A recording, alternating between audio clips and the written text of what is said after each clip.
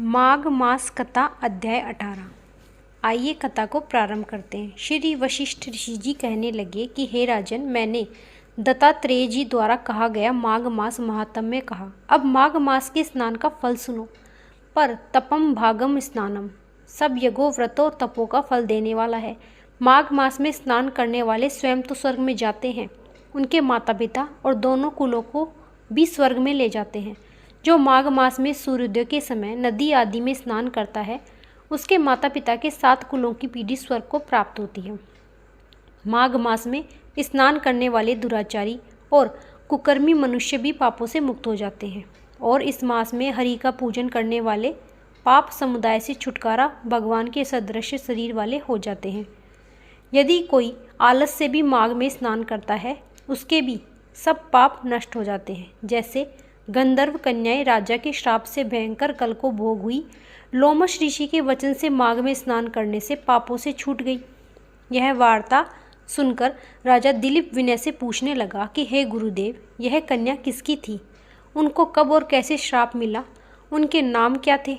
ऋषि के वाक्य से कैसे श्राप मुक्त हुई और उन्होंने कहाँ पर स्नान किया? आप विस्तार पूर्वक सब कथा कहिए। वशिष्ठ जी कहते कि हे राजा, जैसे अग्नि से स्वयं अग्नि उत्पन्न होती है, वैसे ही यह कथा धर्म और संतान उत्पन्न करती है। हे राजन, सुख संगीत नामक गंधर्व की कन्या का नाम विमोनी था। सुशीला तथा स्वर वेदी की सुमरा चंद्रकांता की सुतारा।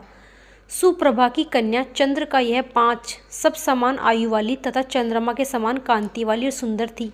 जैसे रात्रि को चंद्रमा शोभायमान होता है, वैसे ही पुष्प की कलियों के समान खिली हुई ये अप्सराएं थीं।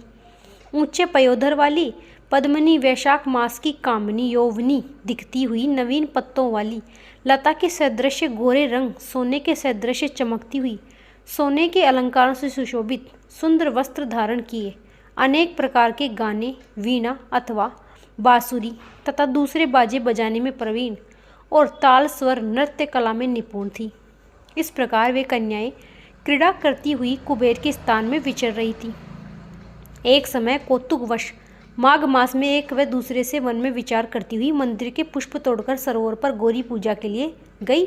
स्वच्छ जल के सरोवर में स्नान करके वस्त्र धारण कर मौन हुई। बालू मिट्टी की गौरी बनकर चंदन कपूर कुमकुम और सुंदर कमलों से उपचार सहित पूजन करके 5 कन्याएं ताल नृत्य करने लगी। फिर ऊंचे गानदार स्वर में सुंदर गीत गाने लगी। जब यह कन्याएं नाचने और गाने में लीन थी, उसी में आच्छो नामक उत्तम तीर्थ में वेदनिधि नाम के मुनि के पुत्र अग्नि ऋषि स्नान को गए।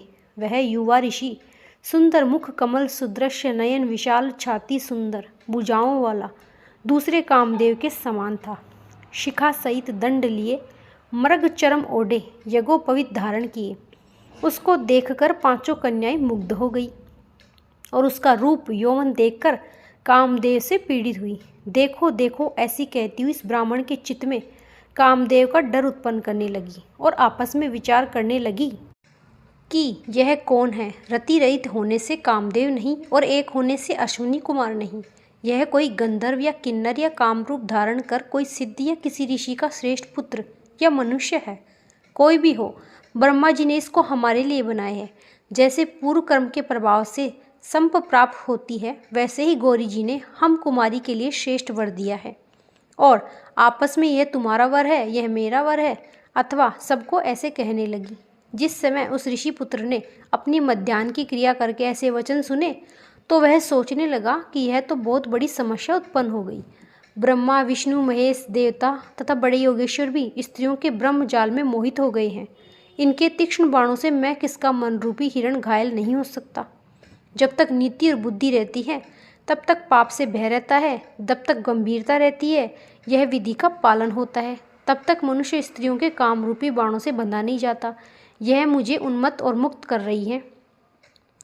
किन गुणों से धर्म की रक्षा हो सकती है? स्त्रियों के मांस, रक्त, मूल मूत्र से बने घृणित और अशुद्ध शरीर में कामी लोग ही सुंदरता की कल्पना करके रमण कर सकते हैं।